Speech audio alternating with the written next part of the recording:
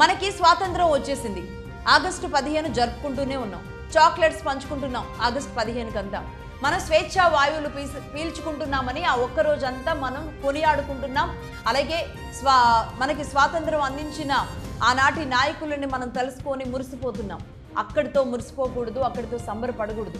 మన చుట్టూ నివురుగప్పిన నిప్పులాగా ఆ జ్వాలలు రగులుతూనే ఉన్నాయి అన్న విషయాన్ని గ్రహించాలి. మనల్ని ఎప్పుడు కబళించాలా అని గోతికాడ నక్కల్లా అవన్నీ కూడా కాచుకుని ఉన్నాయి. అది ఎలాగో చెప్తాను, జాగ్రత్తగా వినండి మరొకసారి. భారతదేశం 1947లో విడిపోయేటప్పుడు జిన్నా పాకిస్తాన్ని నాకు ఇచ్చేయండి, మా ముస్లింలంతా అక్కడ హ్యాపీగా ఉంటాం అని అడిగారు. ఎవరిని? నెహ్రూ గారిని.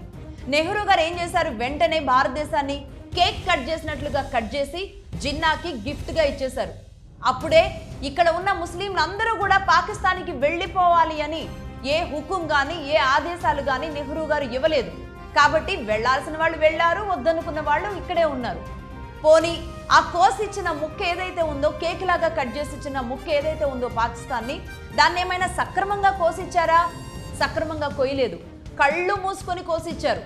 మన దేశాన్ని మధ్యలో పెట్టి మన దేశానికి తూర్పున ఉన్న ప్రాంతాన్ని, పడమర ఉన్న ప్రాంతాన్ని రెండింటిని పాకిస్తాన్ అని చెప్పి కోసిచ్చేశారు.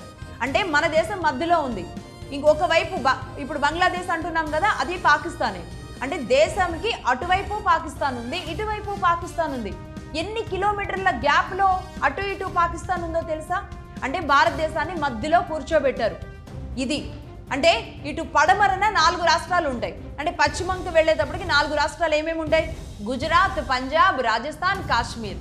ఈ 4 ప్రాంతాల బోర్డర్తో అటు మనకి పాకిస్తాన్ ఉంటుంది. అలాగే ఈస్ట్కి వెళ్తే అంటే తూర్పు వైపుకు వెళితే గనక తూర్పు వైపున ఏముంటుంది? బంగ్లాదేశ్ ఉంటుంది. తూర్పు వైపు ఉన్న పాకిస్తాన్లో బంగ్లాదేశ్ను ఆనుకుని అతి దగ్గరగా ఉండే ప్రాంతాన్ని కూడా పాకిస్తాన్ అని చెప్పి ఇచ్చేశారు. అయితే నిజంగా చెప్తున్నానండి, ప్రపంచ చరిత్రలో ఇంత విచిత్రంగా ఏ దేశం కూడా ఫామ్ అవ్వలేదు. ఏ దేశాన్ని కూడా ఇలా ఇంత విచిత్రంగా ఖండఖండాలుగా ముక్కలు చేసిన ఘనత మాత్రం ఎవ్వరికీ దక్కదు. కేవలం మన నెహ్రూ గారికి మాత్రమే దక్కుతుంది.